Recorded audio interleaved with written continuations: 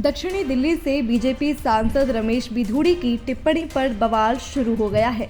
बिधूड़ी ने गुरुवार को लोकसभा में बीएसपी सांसद दानिश अली पर विवादित टिप्पणी की थी। उन्होंने अपशब्दों का भी इस्तेमाल किया था।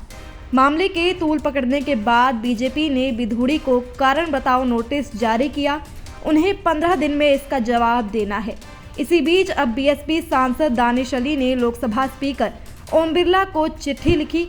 उन्होंने बिधूड़ी के मामले को विशेषाधिकार समिति के पास भेजने की मांग की है।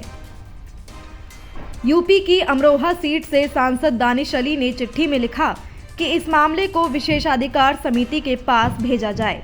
किसी भी अनुभवी सदस्य को अनुशासित करने का यही तरीका है ताकि हमारे देश का माहौल और खराब ना हो।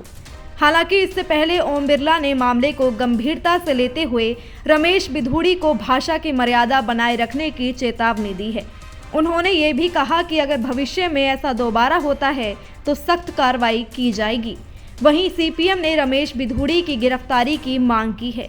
सीपीएम ने बयान जारी कर कहा कि कोई भी सांसद ऐसी भाषा को विशेषाधिकार नहीं बता सकता।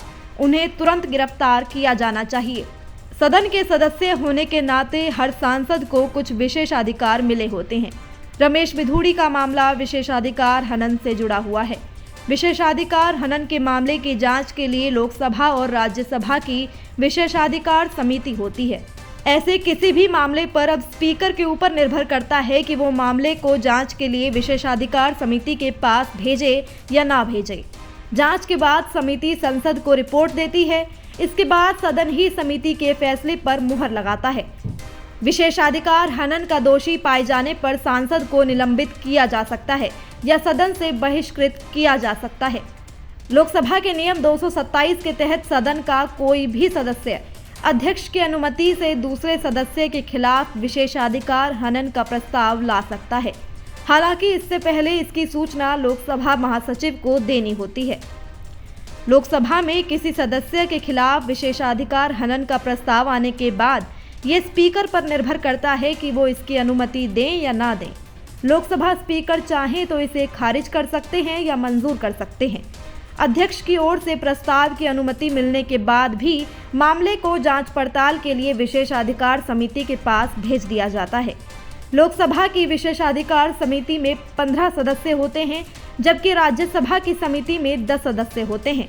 इस समिति का अध्यक्ष सत्ताधारी पार्टी का सांसद होता है। समिति में सभी पार्टियों के सांसदों को शामिल किया जाता है। हालांकि किस पार्टी के कितने सांसद इसमें होंगे ये उनकी संख्या पर निर्भर करता है। विशेषाधिकार समिति का काम प्रस्ताव पर जांच पड़ताल करना है। इसके बाद समिति अपनी सिफारिशें देती है। सिफारिशों पर सदन में बहस भी होती है। विशेषाधिकार हनन के अब तक कई मामले सामने आए हैं। अगर किसी संसद सदस्य को विशेषाधिकार हनन का दोषी पाया जाता है तो ये सदन पर निर्भर करता है कि वो माफ़ करे, चेतावनी देकर छोड़ दे या जेल में भेज दे। विशेषाधिकार हनन ऐसा मामला है जिसमें कभी पूर्व प्रधानमंत्री इंदिरा गांधी को जेल भी जाना पड़ा था। इमरजेंसी खत्म होने के बाद मोरारजी देसाई की सरकार में गृह मंत्री चौधरी चरण सिंह ने इंदिरा गांधी के खिलाफ विशेषाधिकार हनन का प्रस्ताव रखा था।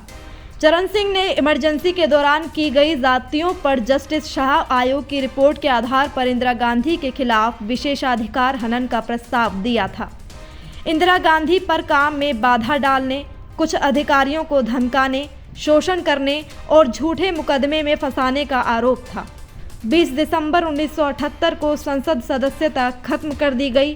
साथ ही सत्र चलने तक जेल भेजने का आदेश भी दिया गया। हालांकि 26 दिसंबर 1978 को उन्हें रिहा भी कर दिया गया था और लोकसभा ने भी 1 महीने बाद उनका निष्कासन वापस ले लिया था। इससे पहले 1976 में सुब्रमण्यम स्वामी के खिलाफ राज्यसभा में विशेषाधिकार हनन का प्रस्ताव पेश किया गया था। स्वामी पर आरोप था कि उन्होंने देश विरोधी गतिविधियों में शामिल विदेशी प्रकाशकों को दिए अपने इंटरव्यू के जरिए सदन को अपमानित किया है।